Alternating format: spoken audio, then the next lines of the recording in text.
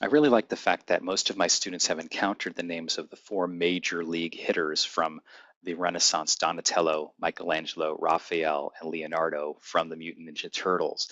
And so we're going to start by studying Donatello, who was a major hitter from this time period.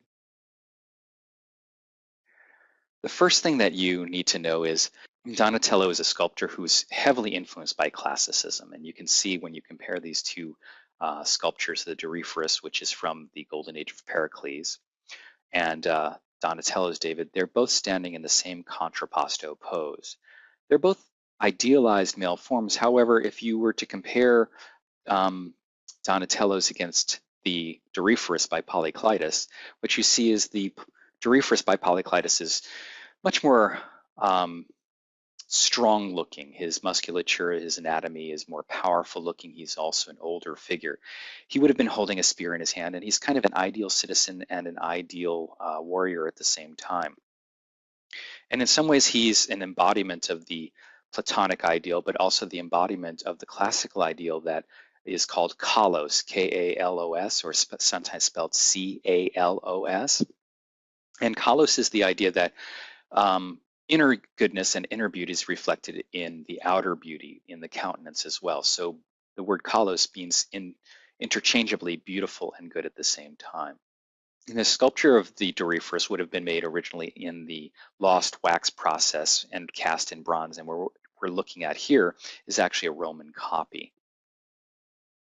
On the right-hand side, we have a sculpture that is made in the lost wax process. It's a bronze sculpture, and it stands in the same kind of pose, but if you look at the musculature, it's that of a younger boy, probably about a 13-year-old boy. The iconography around it is, and the accoutrements, for instance, the sword, the head of Goliath that he stands on, and the sun hat, are additional kinds of things that are done actually in a style that's contemporary to the 1400s. And there is sort of an overlaying or dual or a trio of iconographic meanings that this sculpture has. And so we can talk about the iconography first and sort of talk about the story that it contains as well. First, the first level iconography is the story of David and Goliath. The story of David and Goliath is kind of an interesting story because it is a prefiguration or a type of story that leads to the birth of the historical figure of Jesus. So remember, we refer to prefigurations or sort of foreshadowings as typologies, where the Old Testament relates to the New Testament. And in this instance, what I'm suggesting is David is a shepherd boy who has honed his skills defending his flock against the wolves that surround him. And so in the course of events, he learns how to really use a slingshot, and he's very good at tending his flock. So these are qualities that are also attributed to Jesus in the New Testament. At one point, the Philistines come to the Jews and they offer a challenge to them because they're going to try to square off and invade the Jewish city. And so what kind of happens is they offer them a choice, which is, why don't you send your champion against our champion? And of course, they readily agree to this, both sides. And when they finally reveal their champion, who is Goliath, it turns out he is a giant, and it seems like an insurmountable obstacle. So the Jewish army declines and says, we don't have a champion who could defeat this guy. What are we going to do? And David, who's a 13-year-old boy, comes up and says, I'll do it. I'll take care of this guy. Put your faith in God. God will provide. This is also something that Jesus kind of says in the New Testament. There's also heroes in the Bible, Judith, who also says something sort of similar, where faith will lead you to victory. David steps up and he takes a slingshot and he defeats Goliath. And you can see in this sculpture, he's stepping on the head of Goliath, and Goliath is an older man with a beard. He has armor that looks like it's actually from the Renaissance, and he is definitely an older, more powerful man than David is. So we have the moral of the story, more or less, is that the meek shall inherit the earth, and that David and Goliath is a sort of depiction of faith overweening obstacles. Now, it does have some other meanings here. And what I'm suggesting is the other meanings that are evidenced in this sculpture have something to do with a sort of phrase that's called love conquers all, in Latin, amor vincit omnia. And probably this represents a little bit of Donatello's sexual proclivities and the fact that young, beautiful males can conquer older males sexually in this way. And so that's one of the sort of little meanings that goes on here, and that would explain the sort of features that David has and the sort of sun hat and weird youthful look that he has that's a little bit more Renaissance, and kind of that sway is a little more sexual in some ways or sensual in some ways. Now there's another meaning that goes on top of this as well. And the meaning is this, that Florence, who is run more or less by the Medicis, sees itself as David to Rome's Goliath. Because remember that the Renaissance begins in Florence, that the banking family of the Medici are extremely powerful. They're sort of in competition with Rome and with the Pope in Rome, although eventually one of the Medicis becomes the Pope. So David is also a mascot for the city of Rome and depicts that kind of battle or conflict between these two more or less independent city-states that are not unified. Remember that in geographic terms, we call that whole place Italy, but they were really isolated city-states, and a majority of them were republics. You can kind of see that Florence is more of a republic than some of the other places. Now, the other thing I want to point out is that you can look at this sculpture really in a way. It's a sculpture meant to be in the round, which is different from earlier sculptures that we looked at, meaning that you could view it from any point of view. It's meant to be kind of interesting in that way. So Donatello makes this life-size sculpture that was placed in the Garden of the Medici that's meant to be a sort of icon or mascot for the city of Florence against Rome. Donatello also, like Nicola Pisano that we studied before, makes a series of sculptures that are panels. And this also relates to Ghiberti in a way, because this is a bronze cast panel that would have been on the baptismal font, which is basically a low sort of stand that would hold holy water for people to be baptized with and for the water to be blessed. On the side of one of these baptismal fonts in Siena, Italy, is a depiction of a scene out of the Bible, which is called the Feast of Herod, and it's from the New Testament. So we're going to zoom in on this and talk a little bit about the story.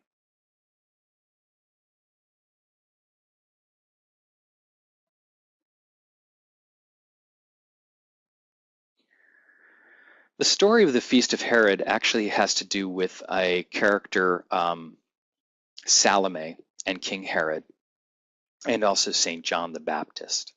And so this story in the New Testament, more or less, is a depiction of someone who is unswayable in their faith and devotion to God and to Jesus.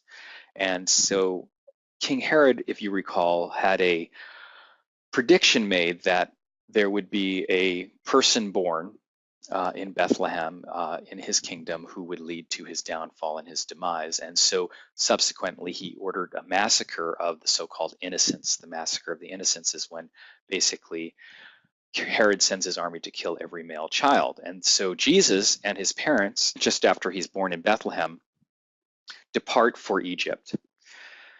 Jesus gets away and ends up growing up, and his cousin, St. John the Baptist, is one of his right-hand men. Herod's stepdaughter, Salome, is so incredibly beautiful, and Herod is so in love with her in some ways that she is able to sway him, and she falls in love with John, and he is unswayable. He is basically taking the Platonic route. He's no longer sexual. He is taking a higher idealized sort of relationship with people that's non-carnal and non-physical. Unfortunately for him, what happens then is that Herod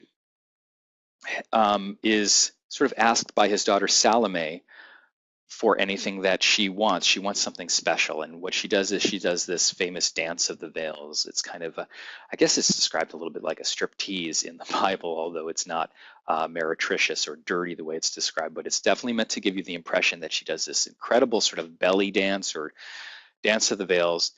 And Herod becomes so entranced with her, and in a sort of semi-lustful way, that he loses his head and offers her whatever she wants as a gift. And she says, "Bring me the head of St. John the Baptist on a platter." And so he has to order his death. And so what happens is he is brought forward, and he's executed. And we see in this sculpture, in the background, in the very back, we see in low relief, just like when we were studying Ghiberti's Gates of Paradise, and we studied one of the panels, we looked at, there was a variation in high and low relief. What happens here is there's low relief in the background, which is almost like atmospheric perspective, and you see someone carrying the tray of the head in the far background. And then you see the procession go into the middle ground. And then in the foreground, you have the last scene, which is the head being presented to Herod, and his hands are going up in shock and disgust because he's seated at this table, and the head of St. John the Baptist is being offered to him as a sort of, I guess, as a reward for what happened. And so everybody is kind of shocked and disgusted, and we get the sense that, oh, what did I do? And there's regret there.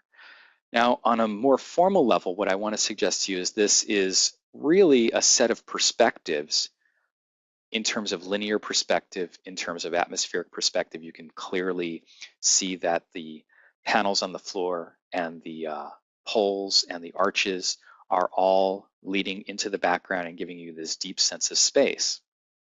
So Donatello is doing kind of what we discussed before that Ghiberti was doing, giving you a point of view, and also like Masaccio did. The other thing that he's doing is he's giving you a humanistic perspective. And so the humanistic perspective is, even though some of us are sort of fated in an ill-fated way to do terrible things against the Christian God, and that would be offensive, this is how some of us who would have witnessed what Herod did would react. And we see these characters covering their faces and recoiling and hugging each other and doing things that sort of depict that sort of repulsion about this act that Herod did. Now, there's another perspective which has to do with a sort of male perspective, or the point of view of a male audience. And probably the perspective is this, that the head is a symbol for losing one's head, literally, mentally, to sexual desire. And the story of Salome is often seen as interchangeable with the story of Judith and Holofernes, and often people even mistitle the two images together. Basically, we'll study that a little bit later, but suffice to say that because Salome was so incredibly desirable and so beautiful, Herod loses his sort of control to sexual impulses and therefore decapitates St. John the Baptist. And in doing so, he sort of is metaphorically castrating another male because he is so freaked out about it. You could look at this in a psychological way, but it's definitely a cautionary tale against lust for females. And we're going to be studying that a little bit later in my lecture on women during the Renaissance.